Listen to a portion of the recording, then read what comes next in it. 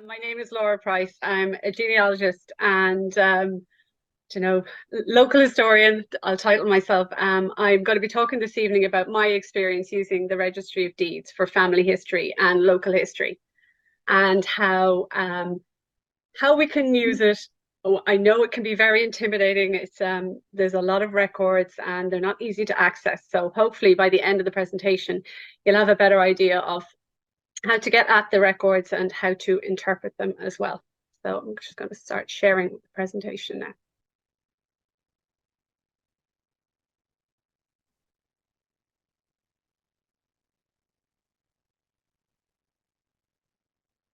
Okay, so I'm going to go ahead, I assume. That's okay, Shane? That's Yeah, perfect. Yeah, it looks good.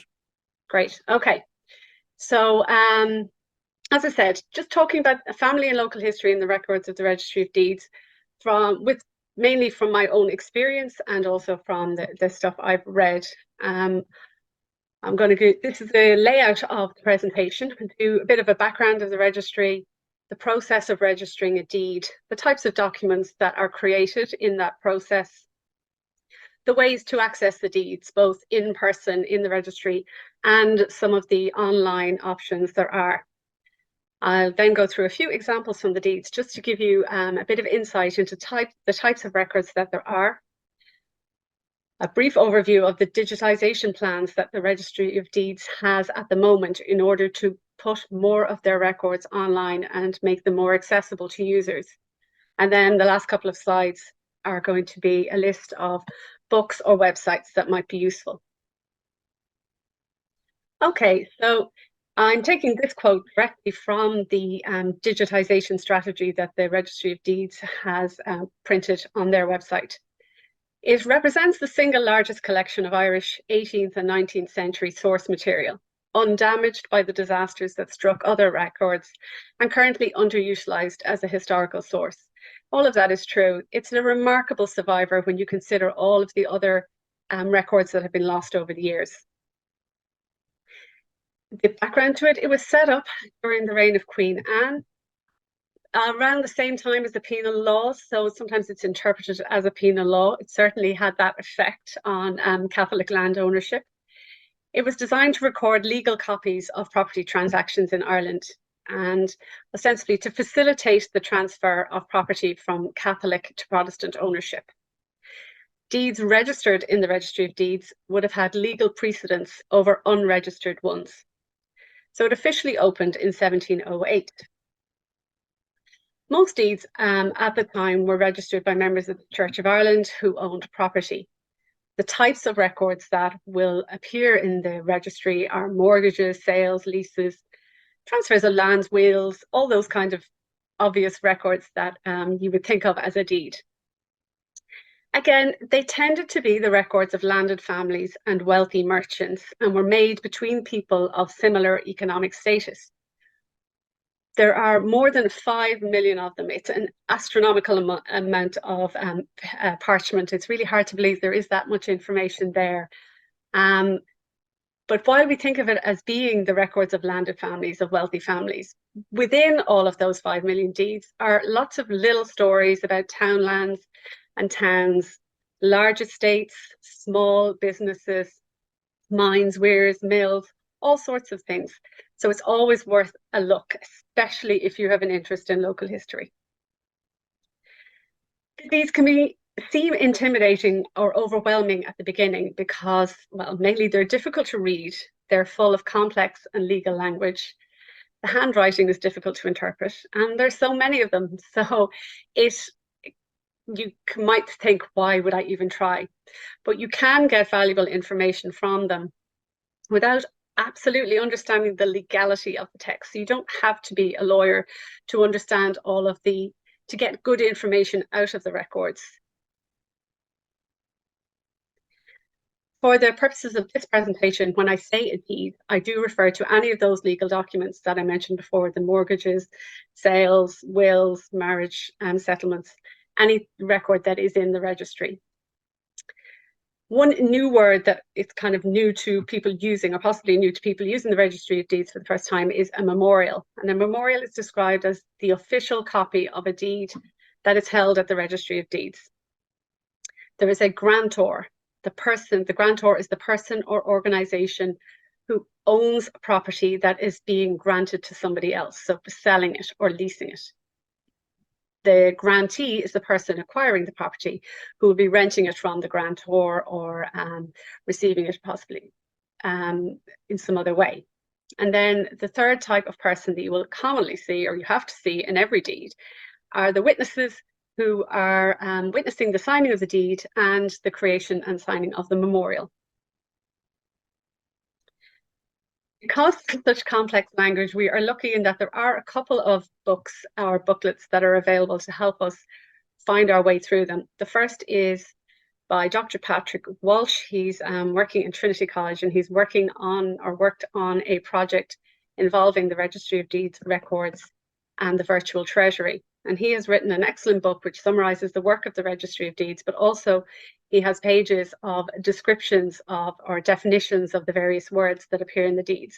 So it's online and for free. You can just download it and have a look.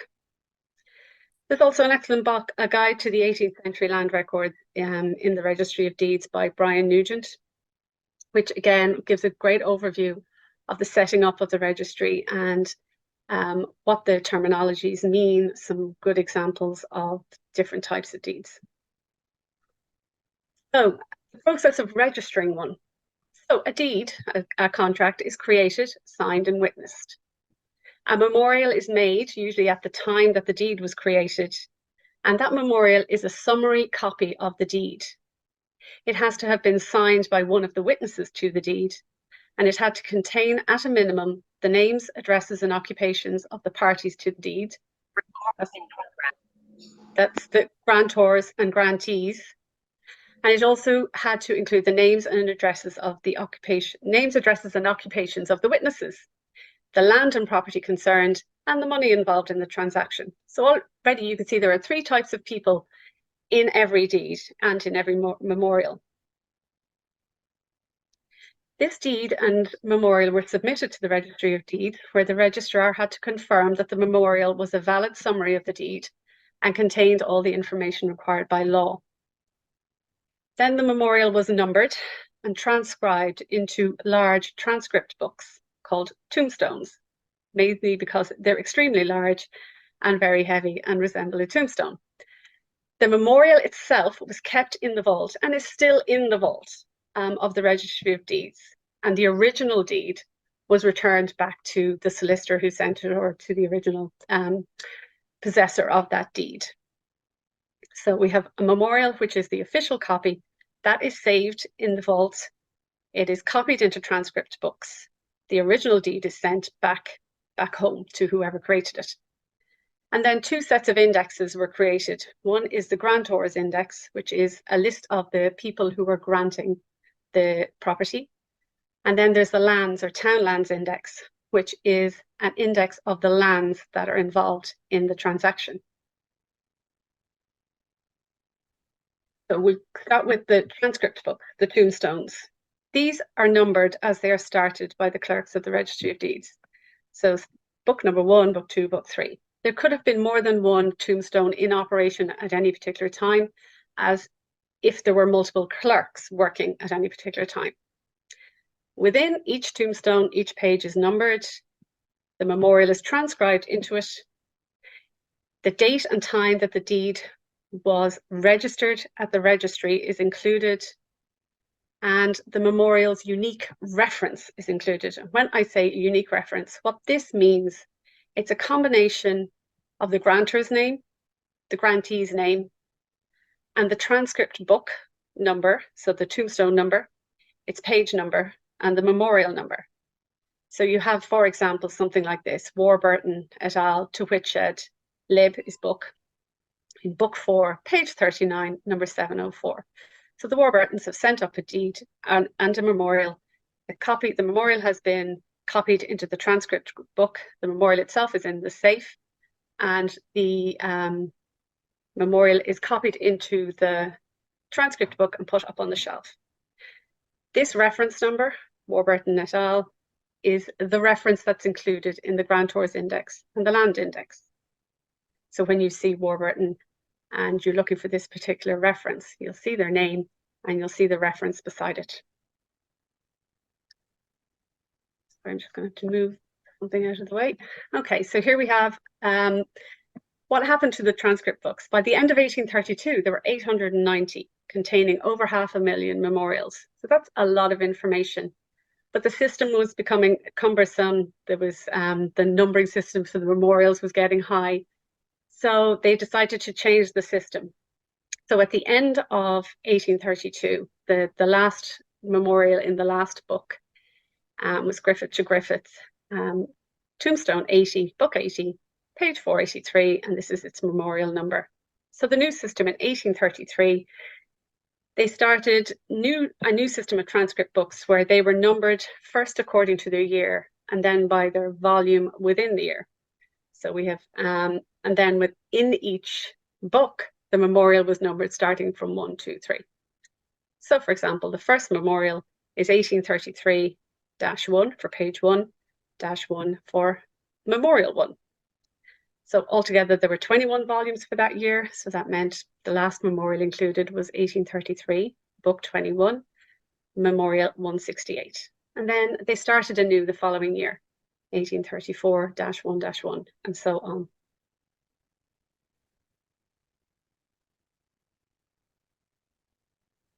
All right, take me a moment. Oh, there we go. I thought it wasn't going to work for a minute. Okay, this is an example from Dr. Patrick Walsh's book of an image of the very first memorial and its transcription. And as you can see, it's in poor condition. It's good that they made a copy. And these are rarely accessed nowadays. Everything is usually referred to in the transcript books. We don't really look at the memorials. You can pay for copies of them. You may want to see some particular signature or some other piece of information just to make sure the copy is correct. But usually people just rely on the transcript book. So now we move on to the lands or town lands index. So every time a town land or a street is mentioned in a deed, if that land is being transferred in some way, there will be an entry in the town lands index. These are arranged by county and then by span of years. Within them, the townlands are sorted by their initial. So it's not strictly alphabetical. All the A's are together, all the B's are together, but they're not in alphabetical order within that. There are also something called corporation towns, which are treated separately. So some of the larger towns in a county will have a separate index within that county. And in the books, you might have multiple counties listed in each index book. So for example, I'm from Offaly, so a lot of these records will be Offaly related. Kildare, Kilkenny and Kings are all, their lands index is all in one big book. Kildare first, then Kilkenny, then Kings. There's no crossover. So they are separate from each other. This is an example of the first Kings County pages. This is the spine of the book. We have the letter A. We have Kings County, first of all, at the top. The county name is always at the top, so you can't really get lost and be in the wrong county. It starts with A. There are several pages of A, and then it moves on to B, several pages of B, etc. See it a little bit more clearly. We have column name, the denomination, which is the townland, or it could be the street name eventually. Baronies, towns, corporate, and parishes. Generally, you really only see in a rural place, you will see the barony. And we see here BO, which is the short for barony. We have Warburton et al. To Whitshed, and we have Lib 4, book 4. I mentioned these before. Page 39, number 704. And we have in the townland of Animo, part of the townland of Animo. There are many more. I've transcribed them below so that you can see them a little more clearly. So part of Animo in the barony of Phillipstown. Warburton et al. Is granting land or has a contract with Whitshed. Book 4, page 39, number 704. But there are other memorials that refer to that townland of Animo as well. In fact, once they kind of run out of space, you see here, they've put all these ones together. These all refer to Animo. When they run out of space, they just start a new animo further down the page. So you don't assume once you've found one animo that that's it. You might have to move down, keep going down through the list until you get to the end of the A's to make sure you have found every possible townland that you're looking for. We move on to the tombstone. This is tombstone 4, lib 4, book 4. And here we have page 39. You can't really see the page number, but it is there. And we have memorial number 704. And we have the names Warburton et al. To Whitchurch. And I'll bring it down to get a little better view of it. Warburton et al. To Whitchurch. And down here, I mentioned before, they noted when the memorial was registered, right up to and including the time of registration, in case there was 2 conflicting memorials registered on the same day. So this one was registered on the 25th of October 1709 at half an hour past 9 o'clock in the morning. It's a very specific time. I'll go through some of it because it was several pages long. It's a very, very big memorial, but some of the little pieces of information in it are quite interesting. We have the date, and we have Richard Warburton Sr., Richard Warburton Jr., his son, and Richard Jr.'s wife, Elizabeth, for the first part. So there are always 1, 2, 3, 4 parties or parts to a memorial or a deed. And William Whitchurch of the City of Dublin, Esquire, the second part. What the Warburtons appear to be mortgaging their estate to William Whitchurch for £2,400. And the memorial goes on to list all of the townlands in the estate. And this estate spans 2 counties, both Kings County and Queens County.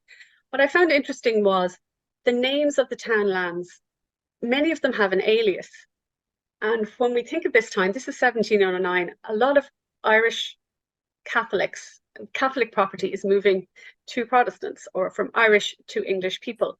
So the names which had been in Irish are now being written in English, hence the very strange spelling. But also there seems to be changes of the name entirely. So we've Gary Hinch alias Timberstown. We have further down, we have Checkerstown alias the 2 Kilbrackens. Braignaskeri alias Fisherstown.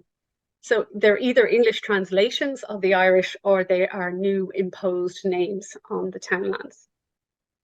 One other thing we note is that this land was demised to the Warburtons just earlier that same year in June. So this is in October. So in June, they had acquired this land from the Company for Making Hollow Sword Blades in England. And they're holding it for the natural lives of Richard Jr. and his sons. And so it's quite interesting that they're already mortgaging or benefiting from the land and borrowing on the strength of it.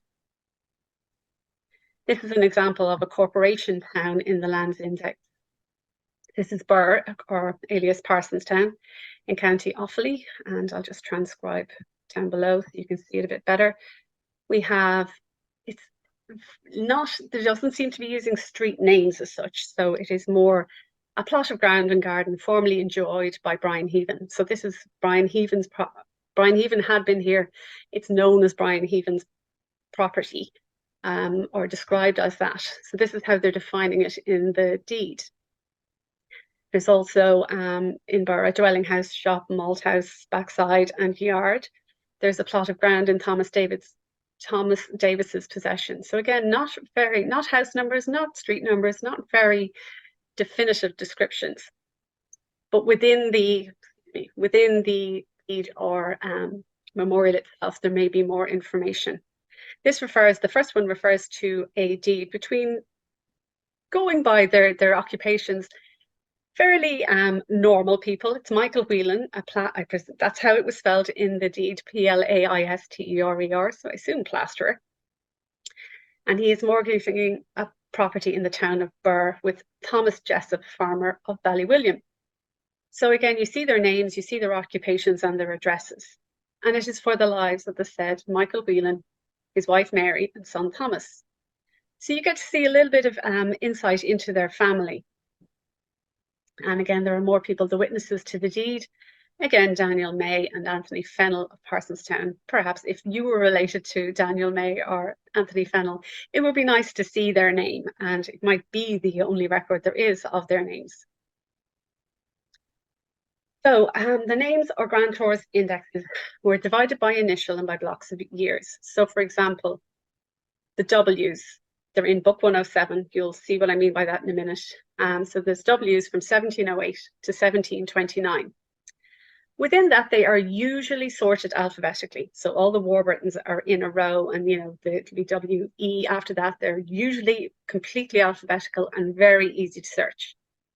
Each page is divided into 6 columns: the grantor's surname, their given name, the grantee's surname, and then the reference, which is the volume, the book, the page, and the memorial number. From 1833 onwards, they also included the county, which does help when you're searching for a common name. These are what the names book or the grantors indexes look like. We have a series of them. There's all the T's in a row, and then this is W's, W 1708 to 29, 1730 to 45. And the one we're looking at for the Warburtons is, we know the deed was, or the memorial was created in 1709. So we're going to look in this book and see if we can find the Warburtons entry. Now I'm using a family search copy of the page because my photograph was dreadful. So here we see them here, Richard and wife. So this is a Warburton column. We have Richard and his wife to Whitshed. And here we have book 4, page 39, and memorial number 704. So again, that reference number is consistent all the way through the books. And it is always worth having a look through the books. When you take a book down, just have a look at the beginning or the end and see is there anything else, because I was surprised to find at the beginning of this book, they have a listing of parties' names that admit of different spellings. That's how it's described. So they have Waddick and Waddy, Wade, Wait, the different spellings. So just something of interest. You might find something interesting when you do look. And here is the exception that proves the rule about everything being in alphabetical order. At this stage, where the books have, the book naming conventions, we'll say, or sorting conventions have changed slightly. And now the books have shorter durations, but have more names or more letters in them. So for example, we have O to S, 1783 to 93, for example. And this is T to Z, 1785 to 93. And we see that the names are not in alphabetical order. All the W's are together, but it's more like the lands index where all of the town lands are together, but not in the right order. So you can see they're completely random. That would make it a little bit harder to search because you have to be so careful that you haven't missed something. And this is a sample from 1833 and onwards. It's the 1840 to 49 names index, which includes the county. So the column is entitled County, City or Corporation Town in which any of the premises granted are situate. And we have also something called the abstract book, something I admit I haven't really used. These were summaries of memorials, and these books were created from 1833. But they were looking at records prior to that. What survives is 1708 to 17 and 1801 and onwards. This is an example from 1843. And we have the year, the type of document, the date, grantor and grantee, the address, again, more information about the type of transaction. So what would you be keeping an eye out for when you're looking at deeds? First of all, the type of deed. Is it a will, lease, or whatever? The date. Sometimes a deed can be created and the memorial is created a lot later than that. So there may be a reason why. I know John Brenham in his book suggests that it might be that there's a pending court case or something, a pending dispute about the deed. So somebody is rushing to register it. You look for the names, address, and occupation of everyone mentioned, and there'll be lots of people mentioned in it. See their relationship to each other. Who are the witnesses? They may have a connection to the witnesses. If there's a mention of a deceased person, that gives you a clue to a death date. Sometimes we have no idea when somebody died.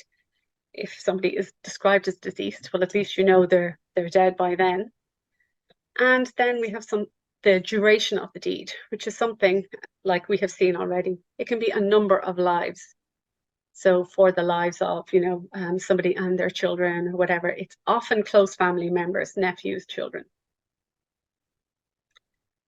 What else is in the deeds? There can be very detailed descriptions of properties or businesses.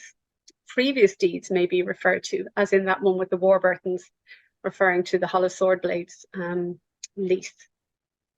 Can be marriage settlements, and of course there might be the maiden name of the wife, the marriage date, her parents, what kind of property has been put in trust for her, and then a will. Obviously, like all wills will have lots of genealogical information. Another thing to look for was a Protestant discoverer. Now, again, this hasn't really come up in any research I've been doing personally, but a 1703 Act prevented Catholics from buying land or leasing it for more than 31 years. Their land had to be divided between surviving sons. They couldn't just leave it to one child. So the concept of a Protestant discoverer was created. If they discovered Catholics owning land illegally, they would be rewarded by getting the lands of that Catholic. But in order to kind of preempt it or to get around that, Catholic landowners secretly paid, and this is what this author describes, they paid off some tame Protestant to agree to act as a fake Protestant discoverer in order to anticipate the real one. So basically the fake Protestant discoverer would ostensibly own the land, but really he had left it in the hands of the Catholic owners.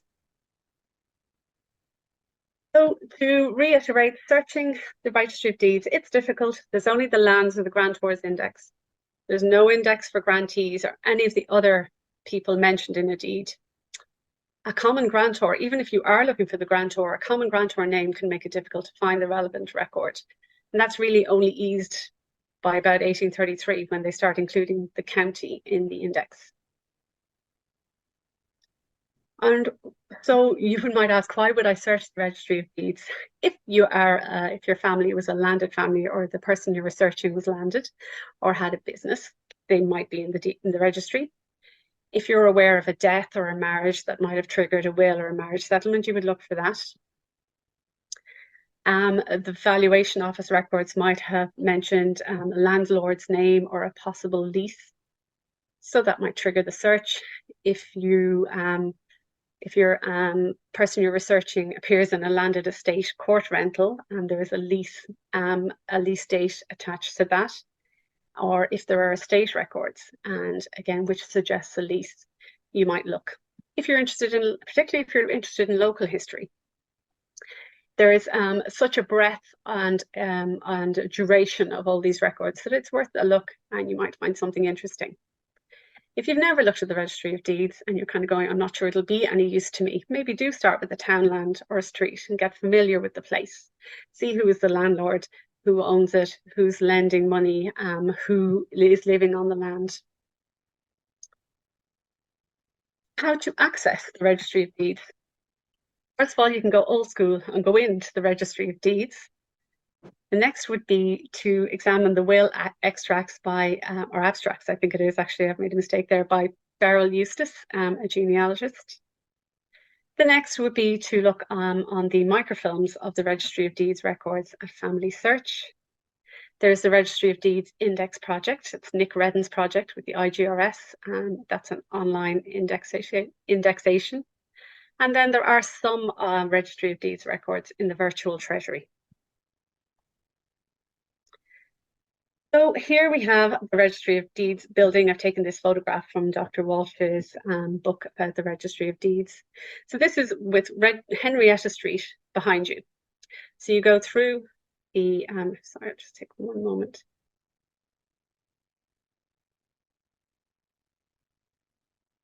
I'm just trying to get a pointer here. Here we go. You go through this gate here, go around the front. This is the building here. They're very big wooden doors. You just open them and go in, and you don't need to knock or anything. So as I said, via Henrietta Street in Dublin is the way most of us go in. I always get public transport, so I don't know if there's parking. I'm not sure. Nowadays, you have to make an appointment to go in. It used to be that you just headed in and took down the books you wanted yourself. But all that has changed. Now you have to make an appointment in advance with Tailshe on the Tailshe website. The appointments are restricted to 2 2-hour sessions, so from 10 until noon, and then again from 2 o'clock to 4 p.m. And you have to order the books in advance. Sorry, excuse me. So the books have to be ordered in advance. Well, the transcript books, the Lands Index, and the abstract books have to be ordered in advance. The name books you can just take off the shelves yourself. This might seem very restricted. You can order, I think it's 5 transcript books. I think maybe the same in land indexes, maybe more, and you can order loads of abstract books. It might seem restrictive, but it is actually okay. First of all, the appointment times are only 2 hours, so you don't have a huge amount of time to look at dozens of books. But there are also there are staff on hand who will take out new books that you require. You do have to make a separate appointment for the abstract book to view the abstract books. They're in a different part of the registry. I think the 2 appointments can run concurrently though. Sorry. So you go in, the books will be ready and waiting for you. As I said, you can request books while you are there. There is somebody available in the room to get the books for you. They are extremely helpful. It's a really, really pleasant experience going in, from the man at the front door who shows you where to go, where to put your coat in the locker, shows you how, where the lift is, to the people in the rooms themselves who are there to help. They don't just bring you the books, they're there for advice as well. It's really, really impressive. You are allowed to take photos, and this is also a change from years ago where you had to hand transcribe everything. You have to sign a permission slip. But apart from that, it's like the National Archives and the National Library. You just work away with your photographs. I do recommend bringing a power bank if you have a camera like mine whose battery is not great. There aren't many sockets to plug in, so it can be a bit of a pain if you're running out of power. The same if you have a laptop, just make sure it's fully charged. But to try and access some of these records online, or in a more user-friendly way, one of the ways you can do it is by examining the publications of Beryl Eustace, a genealogist, who abstracted the wills from the Registry of Deeds from 1708 to 1832. And these books were published by the Irish Manuscripts Commission. They are just a summary of every will, but all of the relevant genealogical information that any of us would be interested in. And if you find the will, you can always go and get the full memorial from the Registry of Deeds. You can, I think the hard copy books are available to buy, but the irishmanuscripts.ie website actually has PDF copies of the 3 books, and they're available to download for free. Really user-friendly. This is an example of one of the summaries. We've William Walsh. She has the date of the will, description of the size of the page. He mentions his brother. He's the brother and heir of Philip Walsh, deceased, later Major of Dragoons. He mentions his brother-in-law, Robert Bunbury, and there are witnesses to the will. Again, the usual things that you would see on a will or in the memorial. Because they are online and freely available, it's definitely a great place to search first before attempting to go into the registry. And anything you find, then you look for the real thing in the registry. The next place to look is Family Search. So Family Search, we know it's the website of the genealogy side of the Mormon Church, the Church of the Latter-day Saints. And they microfilmed the records of the Registry of Deeds from about 1708 all the way up to 1929. They were microfilmed, according to their website anyway, in 1951. There is a mind-boggling 2,686 microfilm reels of these records. They are free to search on their website. The easiest way to find the Registry of Deeds records on their website is to simply put Family Search Registry of Deeds into your search engine, and it'll be the first page that comes back. So because it's such it's a big page, I didn't want to create a video or to do it live. So I've taken some screenshots of the first page. So here we have, you can see the names already. Grantor's Index, 1708 to 1785 for A, and then B, 1708 to 1729. And then there's more Grantor Index B, 1730 to 1768. So you can see the Grantor's indexes are, while they are separate books in the Registry of Deeds, there are more than one book on each of these microfilms. This microfilm probably has 2, 3 A indexes and 1 B index. Then the rest of the B indexes are on this microfilm. Sorry, some of the rest of the B indexes are on this microfilm, and then there's more on the next. So you just have to check your dates, check your letters, be really careful with the microfilm that you don't kind of skip ahead and miss letters. That's page 1, and we moved on to page 2. We have the last of the Grantor's indexes, which is in 1929, T to Z. It moves on to the land index, and again, looks familiar. We have the very similar to, or is the same as the, for example, do you remember we showed you the Kings County, the Kildare Kings County land index. So this is the same thing. We've Antrim and Armagh, 1708 to 1738, Clare, 1708 to 1738, all the way down to the last one, which is Donegal to Fermanagh and General Index, 1920 to 1929. And then it moves on to the tombstones, the big transcript books. We have deeds, so book 1 and 2 is on one microfilm. Now we've book 3 is on its own, book 4 has its own, book 5 has its own, and so on. So the names and Grantor's Index are on page 1 to 2. The lands index are on pages 2 to 8, and then you have from page 8 to 27 are all of those tombstone books on microfilm. You do need to remember, it is really, really important to remember, there will be possibly multiple books per microfilm. It is very easy to miss a book by not realizing that. So as a kind of a demonstration of how to use the site, and apologies if you're already really familiar with Family Search, but just in case, I just wanted to show. We're going to look at, for an example, for a deed Ransford to Ransford in book 2, page 341, and it is memorial number 493. So I have opened up, I've clicked on the camera. Oh, sorry, I should make clear that Family Search, while it is a free website, you do have to have an account with Family Search in order to view the records. There's no obligation of any kind once you create an account. It is simply just so that you have a username and password to log on. So here we are, it's the page 1 of the microfilm. We can see that there are 736 images on this microfilm. See 736 there. And here there's kind of little thumbnails. You can see there are 2 pages of the tombstone in each image. And we know that there are 2 books here, book 1 and book 2. So we know that book 2 is probably starting somewhere halfway along the 736 images.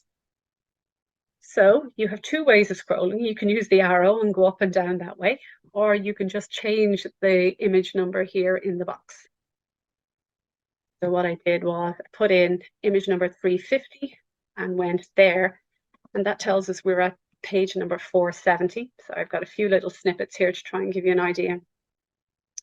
So page 470 implies we're still at book 1. We haven't gone the whole way across yet to book 2. So I'm going to move up a bit. We know we want page number 470, so that is well into book 1. So I moved up to 550, and that brought me to page 288 of book 2. So let's move along again. I added another 25. So now we're at image number 575, and that is book 338. And at this stage, we're aiming for 341. So just need to click the arrow to move forward to get 341.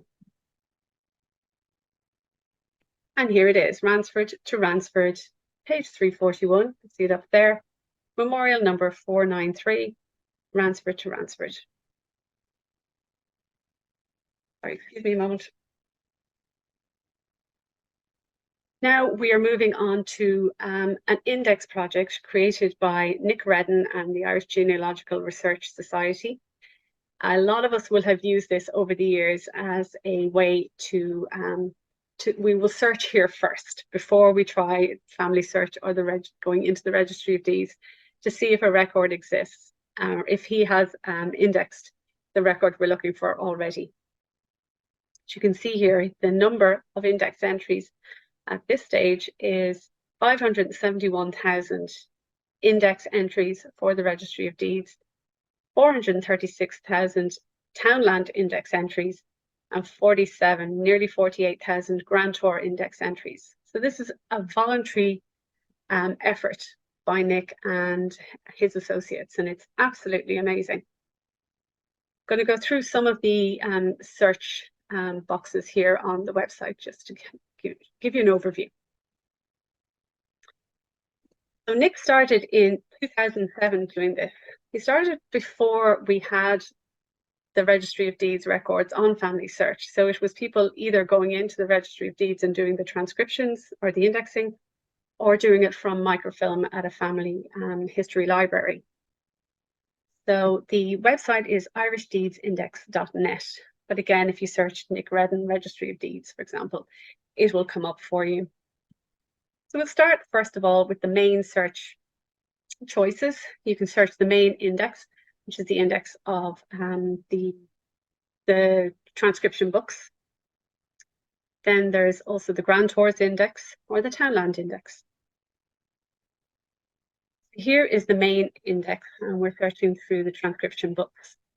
And I, again, just put Warburton in as a test or as an example to see what is returned. And a lot of Warburton results came back, including, I was really generally surprised to see we have book 4, page 39, number 704, back with Richard Warburton, Richard Jr. and Richard Jr.'s wife, Elizabeth. And you can see here that it's a typed summary, very in like a spreadsheet format, with all sorts of kind of shorthands for things. So here we have the page itself. Move the zoom out of my way. Okay, so we have, this is a summary, a type of deed, the date of the deed, if there's an earlier deed mentioned, the book number, the page number, and the memorial number. And then we have a list of all the people who are mentioned in the deed, whether they are parties to the deed, witnesses, or lives. We have their shorthands for the roles in the deed. WD is witness to the deed, and WM is a witness to the memorial. So all sorts of information there, and a really, really good summary of the record. And you can see if you wanted to, it's Irish Deeds Index, you can go straight to this record via the website.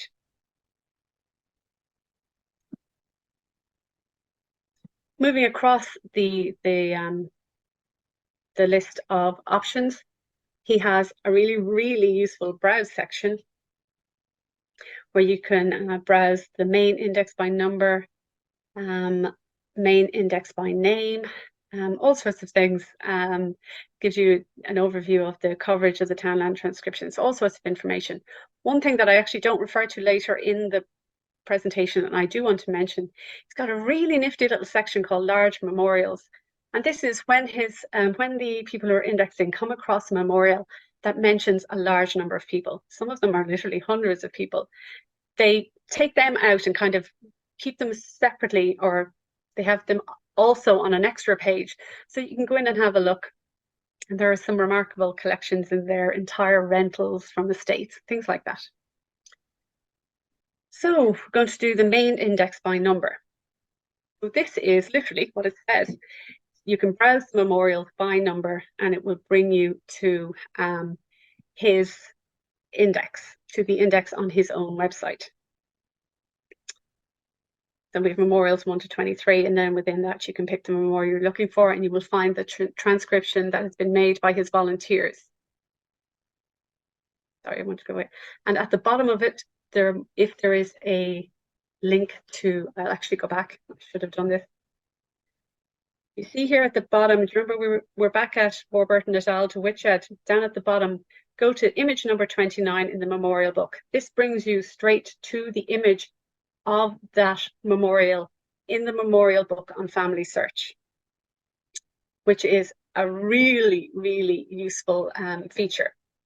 If the memorial is in the virtual Treasury, he also will have a link to the record in the virtual Treasury. So this is browsing the memorials by number. You can go in, if you're looking for memorial 429, you'll go in here and then pick 429. You can browse by grantor name. Again, alphabetical. Really handy, short way into the grantors. And then he has, which I think almost overlooked, I think sometimes, he's got links to Family Search. So when we were looking earlier at Family Search and we saw all of the hundreds of or thousands of microfilms, it can be, you're scrolling up and down trying to find the right record, the right microfilm to use. He actually has links to the books online or to the microfilms online. So for example, he has a guide to the Grantor Index films. So if you want Grantor Index A 1708, we have 1708 to 1729. You can go directly to the first image in that index on Family Search. Go to the last one. The same for 1730 to 45. He'll bring you directly to that first image or the last one in that section. That is really, really useful and saves an awful lot of scrolling up and down through the Family Search microfilm images on Family Search. Okay. The same for the Townland Index. You can pick your county and your years. So I think I chose as an example, we have County Cavan, 1708 to 1738. And here he has listed the townlands from the start of townlands, the A townlands, the end of the town A townlands, start of the B townlands, end of the B townlands, etc. Brings you directly in to the microfilm page on Family Search. Really, really useful. And now we go on to the glory that is the virtual Treasury. I'm sure many of you are aware of Beyond 2022, which is the project to try and recreate the contents of the old Public Record Office before it burned. And they're trying to fill it slowly. And one project to help was this project between the Registry of Deeds and Trinity College. Together they worked and scanned really high quality scans of 6 of the tombstone books, 6 of the transcript books. And these scans were transcribed by employees of the Registry of Deeds, or some of them were. They created sample transcriptions and they fed these transcriptions into something called Transcribus, which is a software application that is designed to learn text and to be able to interpret it or to transcribe it. So it learned the font, for want of a better word, the font, the way that the transcript books are written was learned by Transcribus. And then it proceeded to transcribe the rest of the books. The rest, now we're talking 6 books. So this automatic transcription obviously cut down a huge amount in the manual labor or the people working to do a transcription. The remarkable thing is that quality of the transcriptions is absolutely superb. It's really, really excellent. And the digitization, there is a document on their digitalization plan, and it tells us that they tried transcribus on the microfilms of these books too. For example, the Family Search microfilm images, and transcribus worked just as well with the microfilm images. So it bodes well for future digitization for the Registry of Deeds books. So Virtual Treasury, I'm just going to go in and show you some of the screenshots on how to access the Registry of Deeds books within it. So you go into virtualtreasury.ie. You want to come up here to these this kind of drop-down list. And it'll show you the menu that's available for the website. And what you want to do is look for Browse the Treasury. So it's this one here. And that brings up a list of the repositories that have provided records for the Virtual Treasury. And here we have the Registry of Deeds. So you would click the Registry of Deeds. Once in, you basically open up all of these arrows and you will be presented with Book 1, Book 5, Book 10, Book 30, Book 197, and 630. So they are the 6 books that have been transcribed by Transcribus and are in the virtual repository.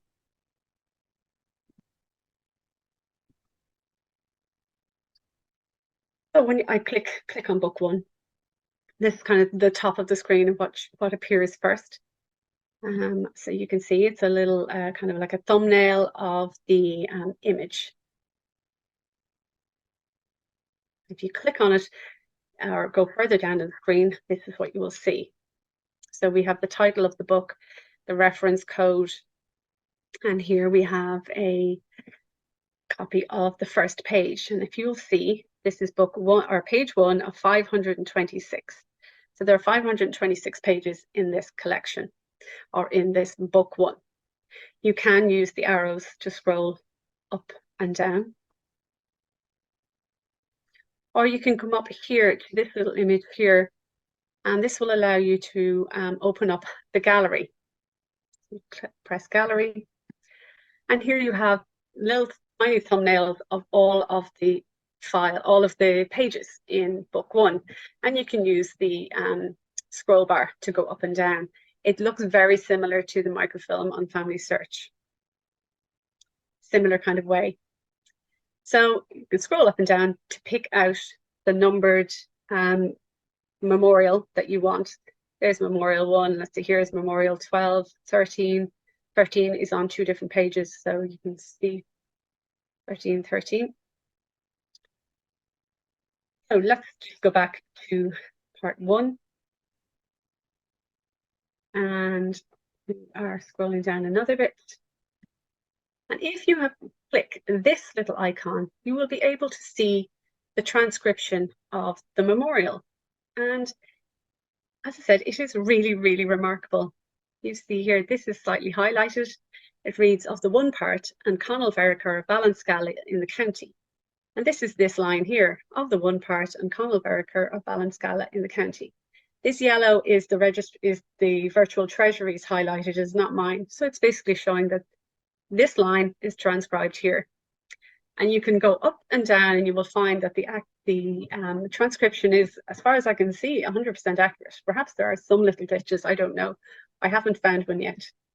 So you can also do a little search. So if you want to find something particular in the memorial, you can press this and it brings up a little search box, and then you'll do a search and it'll bring you, go down, up or down, it'll bring you the correct spot in the transcription, and then you can view that in the original memorial. Now that's all fine if you just want to browse. But suppose you're looking for something in particular, and you know there are 6 pages or 6 books available. You'd like to see if there any mention of your surname or your townland or something in this record. How would you do that? So you go back to the front page of the virtual treasury, and there is the advanced search button here. This brings up the advanced search page, and this box would have said all, but you're now going to change that to repository. So you're going to replace all with repository in this box. And then you're going to pick the repository, the Registry of Deeds. This will restrict your search just to the records of the Registry of Deeds. Obviously, this works for any of the other repositories as well. And then, so you see here, the next field has title as its kind of base name, but you can change that to transcription. And then you just put the word or the phrase that you want to search within the transcriptions of the Registry of Deeds. So I started with Limerick, just as an example. And we get 273 results. And again, you can scroll up and down to see. You pick a particular book or memorial, and then you can look at the transcription of it, and that way find out what is this reference to Limerick in this particular memorial. Sorry, so I'm getting ahead of myself. So again, there are several ways to get at the records of the Registry of Deeds, some of them easier than others. The hardest is probably going into the Registry of Deeds, but it's probably worth doing at least once, just so you can get to see the sheer quantity of books and records, and just get an idea of the weight of the tombstones. They're not, the warning, heavy books. They are big, heavy books. The employees are really helpful to bring them out and put them on tables for you and everything. So there's nothing to stop you going in. Everybody is helpful. Everybody is friendly. It's not an intimidating place at all. Definitely worth a try. But then there are a few online options that you should check as well. And then what we might find, the treasure awaits. It really does put the treasure into virtual treasury. These are a couple or few examples of some of the deeds I've come across in the registry. Here we have a memorial from 1714, but it refers back to older leases from 1668 and 1670. It's in the village of Ballyboy in Offaly. There are several residents mentioned, and there's, for their different lives of different people in the deed. We have another 1720 memorial from Ballyboy, which mentions or names nearly a dozen residents of the village. And not just the residents, it gives really detailed descriptions of where they live and where they live in relation to each other or the river or the road. So again, if you have somebody living in that village, it would really be interesting to see if there's any sign of your family there. We have another one from Kilmucklin in Offaly, and it's almost an incidental description of a business. It's a linen business, and it's described as comprising 2 large booking keeves, which a keeve apparently is a vat for bleaching cloth. I did not know that. And there are 2 furnaces and 10,000 yarn rods, a bleaching yard, and 96 acres of land. So a very detailed description of a business. We have in 1772, this is in my own village of Shannonbridge, in the townland of Rockra, the great eel weir of Rockra is being leased by Henry Lestrange to, I think it was John Coughlin. He's going to be paying rent of £10 sterling, together with 100 eels per year if demanded. A nice little bit of detail here. Another really charming memorial is about a place near Ferban in County Offaly, and it has several field names mentioned, things like Brick Park, Pigeon Park, the Crabtree Field, and my favourite, a field called Grandaddy's Hollow, small field adjoining Grandaddy's Hollow. So all sorts of lovely little details in there. These are field names that maybe no longer exist, probably don't exist anymore, but they were relevant at a time and may even give some genealogical information. There's a couple of surnames. I think there's Digan, and there was another name as well. So it might be useful. Here's a marriage settlement. Again, these are the more traditional records that we think of when we think of the Registry of Deeds. It's a marriage settlement of Henry Paisley Lestrange, the younger, Cornet, in the Light Dragoons. So again, we have his occupation. He's a soldier, and he is marrying the daughter of George Burdett. He's marrying Grace Burdett, the daughter of George, from Heath House in Queen's County.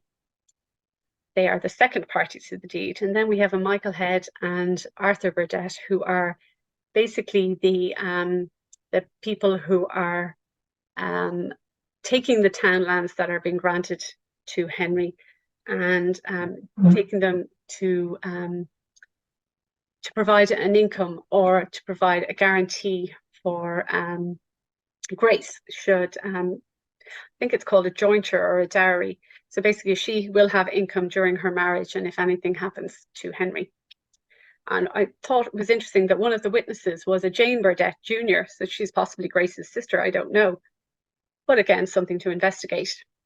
Here we have a will of a David Charters in Mullaboy in County Meath, and he mentions his wife Sarah, his minor daughter Mary, his brother James. It also mentions nieces and nephews, because one of them is Jane Charters. So this is presumably, and it says actually the daughter of George Charters, presumably his brother. There's a Jane Ogle, daughter of Catherine Charters. So presumably Catherine is his sister, and she married a Mr. Ogle and had a daughter Jane. All sorts of little information, but what's unusual is the memorial is executed by Frances Peacock and Sarah Peacock, otherwise Charters, his wife. So I think that this Sarah Charters is actually the widow of David Charters, and here she is basically doing the will and sorting out the will with her new husband. So what are the future digitization plans for the Registry of Deeds? They have a very detailed description, and I won't go through it all, online and at their website, basically to digitize, to safeguard the long-term access of their collections and to make their collections accessible and discoverable online. So they're going to focus on two areas. One is the 3,500 microfilm rolls of the memorials from 1930 to 2018, and then to explore the opportunities to do something similar with the microfilms, the other microfilms, the ones that are at Family Search. So they have big plans. I don't think there's any definite dates or anything, but it's good to know that they are focusing on digitization. And even if they digitize the microfilms and if they transcribe them with Transcribus, it will really, really help anybody who is trying to access information in the Registry of Deeds. So I'd like to acknowledge the help and the cooperation of a few people. Ellen Murphy, who is the Archives Manager at Tailsha Éireann, the Registry of Deeds section. We have Dr. Kieran Wallace from Trinity in the Virtual Treasury, and Nick Redden, who kindly granted me permission to use his website in the presentation. These are some of the websites that would be useful if you're interested in finding out more. The website itself of the Registry of Deeds, their digital strategy or digitization strategy. We have Patrick Walsh's Introduction to the Memorials. There is an excellent article by Sean Murphy on the Registry of Deeds, a most valuable storehouse of history. We have Brian Nugent's book, A Guide to the 18th Century Land Records. John Grenham, in his book, Tracing Your Irish Ancestor, he devotes chapter 9 to the Registry of Deeds. And Rosemary Folliott in Irish Genealogy, a Record Finder. Chapter 7 has her chapter on the Registry of Deeds for genealogical purposes. And then if you just go back again over the site, view deeds online. We have the Registry of Deeds Index Project, we have Family Search, we have the Virtual Treasury, and we have Beryl Eustace's wills at the Manuscript Commission. So let me